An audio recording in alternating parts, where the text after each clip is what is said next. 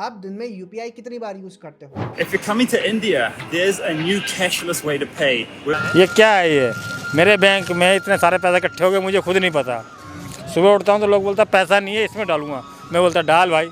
10 साल पहले जब यूपीआई लॉन्च हुआ था तब किसी ने नहीं सोचा था कि ये एक दिन भारत की डिजिटल इकोनॉमी की रीढ़ बन जाएगा। आज हाल ये है कि यूपीआई हर दुकान, हर शहर और हर उम्र के भारतीय के हाथ में है। FY 2020 में जहां यूपीआई के जरिए 21 लाख करोड़ ट्रांजैक्शन हुए थे, वहीं मार्च 2026 में सिर्फ एक महीने में 30 लाख करोड़ का लेन देन हुआ है।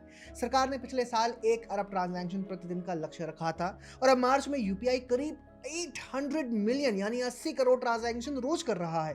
फोन पे के सीटीओ राहुल चारी कहते हैं, यूपीआई ने डिजिटल पेमेंट को महंगे फोन और अमीर तबके से अलग कर असली वित्तीय समावेशन बनाया है। अब यूपीआई का अगला लक्ष्य है ट्रांजैक्शन से आगे बढ़कर लोगों को क्रेडिट देना, यानी क्रेडिट लाइन ऑन यूपीआई। देश में करोड़ों लोगों के पास बैंक खाते हैं लेकिन सुलभ क्रेडिट नहीं। अगर आधा अरब लोगों तक माइक्रो क्रेडिट पहुंच जाए तो यह भारत के आर्थिक विकास में गेम चेंजर साबित होगा। एनपीसीआई ने पिछले 3 सालों में कई नई फीचर्स लॉन्च किए हैं। Hello UPI voice payment, UPI tap and पे, यूपीआई लाइट एक्स और रिजर्व पे जो एआई से पेमेंट्स ऑटोमेट करता है। हालांकि चुनौतियां अभी भी हैं। बाजार में 2 बड़े खिलाड़ी हावी हैं। फोन पे की मार्केट शेयर करीब 45% और गूगल पे की 33% है। साथ ही पेमेंट कंपनीज के लिए कमाई का मॉडल कमजोर है क्योंकि सरकार ने मर्चेंट डिस्काउंट रेट यानी MDR शुल्क को हटा दिया है।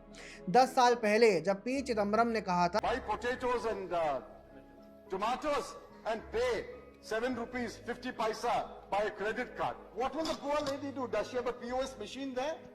Is it connected to a electricity source? Is there Wi-Fi there? Is the internet working there? Do you know that every village has got a village fair? तब शायद किसी ने कल्पना नहीं की थी कि आज छोटा दुकानदार भी बोलेगा भैया यूपीआई है ना, आसान है। और यही है भारत की सबसे बड़ी डिजिटल क्रांति। फ्रॉम डाउट टू डोमिनेंस, ये है इंडिया का पेमेंट रेवोल्यूशन। लेकिन एक बात साफ है, यूपीआई अब सिर्फ पेमेंट प्लेटफॉर्म नहीं रहा बल्कि हर भारतीय की डिजिटल पहचान बन चुका है।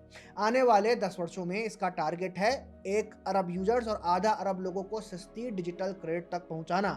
यूपीआई ने दिखा दिया है कि जब तकनीक जनता से जुड़ती है तो भारत दुनिया को पीछे छोड़ सकता है।